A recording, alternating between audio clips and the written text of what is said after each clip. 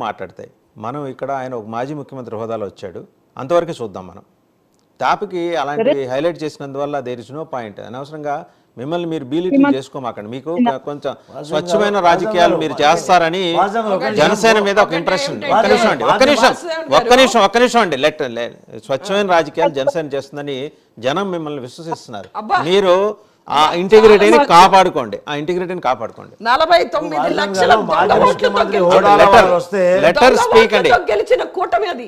ఒక్క నిమిషం అండి. ఆవిడ మాట్లాడియండి. ఆవిడ మాట్లాడనియండి. ఆవిడ మాట్లాడియండి. సుజాత గారు ఆవిడ మాట్లాడనియండి. జనసేన సుజాత గారిని మాట్లాడనియండి. వచ్చిన మాజీ ముఖ్యమంత్రి హోదాలో వచ్చిన వాళ్ళు ఆయన ఇవ్వాల్సిన కాల్ ఏంటండి? వాళ్ళ కార్యకర్తలకు ఒక కాల్ ఇచ్చారా? మీరు సహాయ కార్యక్రమాల్లో పాల్పంచుకోండి, మీరు పునరావాసం కల్పించండి, మీరు ప్రజలకి సాయం చేసుకోండి అమ్మా. మీ డిప్యూటీ సీఎం మాత్రం బర్త్డేలు చేసుకోండి అమ్మా. రాష్ట్రం మొత్తం మునిగిపోతా ఉంటది.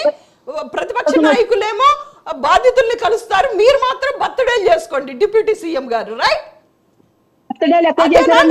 స్వామ్యం అదేనా మీ బాధ్యత కలిగినటువంటి నాయకుడు? ఆ నాయకుడి తరఫున మాట్లాడడానికి నీకు సిగ్గు ఉండాలి. మాట్లాడండి. ఆయన మాట్లాడండి. ఆ నాయకుడి తరఫున సుజాత గారు మాట్లాడండి. Letter complete. మీరు ఇంకెవరో మాట్లాడితే మీరు ఊరుకోరా? మరి ఆవిడ మాట్లాడేప్పుడు మీరు ఎందుకు మధ్యలో అవుతారు?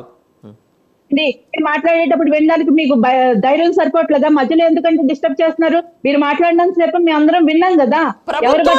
మీరు ఏం చేశారో చెప్పండి. జగన్మోహన్ రెడ్డి గారి గురించి కాదు, మీరేం చేశారో ప్రభుత్వంలో ఉన్నప్పుడు అది చెప్పండి. ఒక నేచురల్ డిజాస్టర్ వచ్చినప్పుడు ప్రభుత్వంలో ఉన్న వాళ్ళు ఏం చేశారు? అదే డిజాస్టర్ మీరు క్రియేట్ చేశారు. మాట్లాడియండి మేడం. ఆవిడ మాట్లాడియండి. తెచ్చి ప్రకాశం బ్యారేజ్ పారగొల్దాం మేము. ఒక్క నిమిషం. రావు గారు లెటర్ స్పీక్ అండి. పాప ఏమండి లైవ్ లో జూమ్ కల్లా ఆవిడ ఒక్కరే ఉన్నారు. ఆవిడ మాట్లాడియండి. మేడం మీరు మాట్లాడండి. మరి గతంలో జగన్మోహన్ రెడ్డి గారి పరిపాలనలో వరదలు వచ్చినప్పుడు మరి రోజా గారు బయటకు వచ్చారా? పేర్నాన్ గారు బయటకు వచ్చారా? ఎవరు రారండి. ఎవరి డిపార్ట్మెంట్ కు సంబంధించిన వర్క్ వాళ్ళు చేస్తూ ఉంటారు బ్యాక్ ఎండ్ నుంచి. మంత్రులందరూ రోడ్డు మీదకి వచ్చి వాళ్ళతో సెక్యూరిటీ వచ్చి ఇంకా ఇబ్బంది పెట్టడం తప్ప ఏముండదు. ముఖ్యమంత్రి గారు ఒక్కళ్ళు చూస్తారు. మిగిలిన కార్యక్రమాలు ఏవైతే ఉన్నాయో ఆ డిపార్ట్మెంట్ నుంచి సమన్వయం చేసుకుని పరిపాలన చేస్తారు. తెలుసుకోమని చెప్పండి. ఇప్పుడు మన పవన్ కళ్యాణ్ గారు బర్త్డే సెలబ్రేషన్స్ చేసుకుంటున్నారా? ఎక్కడ చూసారమ్మా మీరు? ఒక వీడియో చూపించండి. పవన్ కళ్యాణ్ గారు బర్త్డే సెలబ్రేషన్స్ చేసుకుంటున్నారా? ఆయన పంచాయతీరాజ్ డిపార్ట్మెంట్ ని అలాగే వాటర్ సర్వీసెస్ ని అక్కడ ఏవైతే కేంద్రాలు ఏర్పాటు చేసి నిన్న రాత్రే పవన్ కళ్యాణ్ గారు ట్వీట్ పెట్టడం జరిగింది. నా బర్త్డే సెలబ్రేషన్స్ కూడా నేనేం చేసుకోవట్లేదు ఇటువంటి విపత్తుల్లో. మీరు ఎక్కడ చూసారో కానీ ఆయన అయితే చేసుకోవాలా. I do agree with you. ఆయన చేసుకోలేదు. ఆయన చెప్పారు కూడా ఈ విపత్కర సమయంలో నేను చేసుకోను అన్నారు ఆయన చాలా స్పష్టంగా చెప్పారు. ఆయన అసలు చేసుకోరు. సమీక్షలు చేస్తూ ఆయన యంత్రాంగాన్నితో సమీక్షలు చేస్తూ కేంద్రాలు ఏర్పాటు చేస్తూ వరదల తర్వాత వచ్చే ఈ అంటువ్యాధులు ఏదైతే ప్రబలుతాయో దానికి సంబంధించిన అలాగూ ఇప్పుడు గుడ్లవల్లేరు సంఘటన కూడా ప్రస్తావన తీసుకొచ్చారు కాబట్టి రామ్నాథ్ గారు ఒకసారి లోకేష్ గారు ఏం మాట్లాడారు? ఎన్హెచ్ఆర్సీ సూమోటోగా తీసుకుని సుజాత గారు అంటున్నారు. ఒకసారి లోకేష్ ఏం మాట్లాడారు చూద్దాం ఒకసారి. నేను విద్యాశాఖ మంత్రి అయ్యాను కనుక నా పైన ఎక్కువ ఫోకస్ ఉంటుంది. I'm ready for that focus. I have no problem.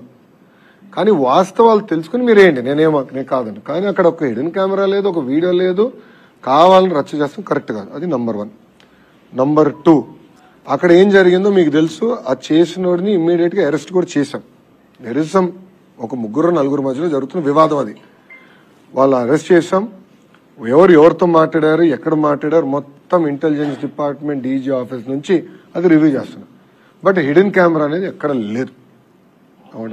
Right Ramnath గారు ఏంటంటే ఎన్హెచ్ఆర్సీ ఇన్వాల్వ్ అయింది సుజాత గారు అంటున్నారు. ఆయనేమో ఒక్క నిమిషం ఆయన ఏమంటున్నారు? He is contradicting himself.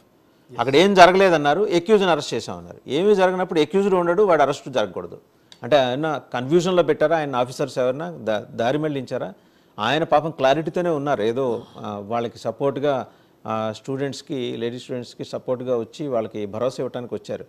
ఏదో తప్పుదోవ పట్టించే కార్యక్రమం అంటే చాలామంది రావు గారు అంటున్నట్టు ఇంకా వైసీపీ అధికారులే ఈ కూటమి ప్రభుత్వంలో కూడా పనిచేస్తున్నారా?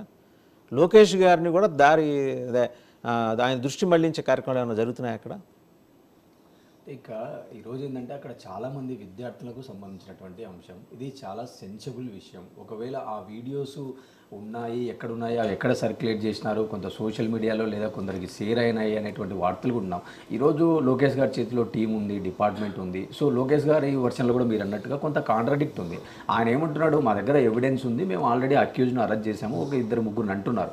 అట్ ద సేమ్ టైం ఆయన ఏమంటున్నారు, ఇంకొక హిడెన్ కెమెరాస్ లేవు అంటున్నారు. అంటే ఇప్పుడు కెమెరాస్ అంటే ఏంటి, మళ్ళీ హిడెన్ కెమెరాస్ అంటే ఏంటి? అంటే ఓపెన్గా మనకు ఓపెన్ ఏరియాలలో సహజంగా మనకు కూడా కెమెరాస్ కనపడతాయి. హిడెన్ కెమెరా కారిడార్స్లో ఉండాలి, కారిడార్లో సహజంగా ఉంటాయి. కానీ ఈరోజు బయట వార్తలు ఏమొస్తున్నాయి, వాష్రూమ్లలో కూడా కెమెరాస్ ఉన్నాయి, వాటి ద్వారానే కొందరికి సంబంధించినటువంటి వీడియోస్ ఇవన్నీ వచ్చాయి బయటికి అనేటువంటి ఉన్నాయి. ఈరోజు తల్లిదండ్రులకి ఎంతో ఎమోషన్ ఉంటుంది, వాళ్ళు ఎంతో బాధ్యతతో వాళ్ళ పిల్లలు చదివించడానికి పంపించినప్పుడు. సో ఈరోజు ఇక్కడ నేనేమంటానంటే కొంత ప్రభుత్వాన్ని మనం పూర్తిగా దీనిపైన ప్రభుత్వం పైన నెట్టేయలేం. కానీ ఇక్కడ ఎవరైతే మేనేజ్మెంట్ ఉంటారో, యాజమాన్యం ఉంటారో, అలాంటి వాళ్ళని వీళ్ళు రక్షించకూడదు. ఇలాంటి సందర్భంలో వాళ్ళు ఎవరైనా సరే, ఒకవేళ వాళ్ళు టీడీపీ సింపథైజర్సా లేకుంటే ఇంకొక పార్టీ సింపథైజర్సా లేదా వీళ్ళకు కొంత ప్రాక్సిమిటీ ఉన్నటువంటి వ్యక్తుల, ఇవన్నీ మనం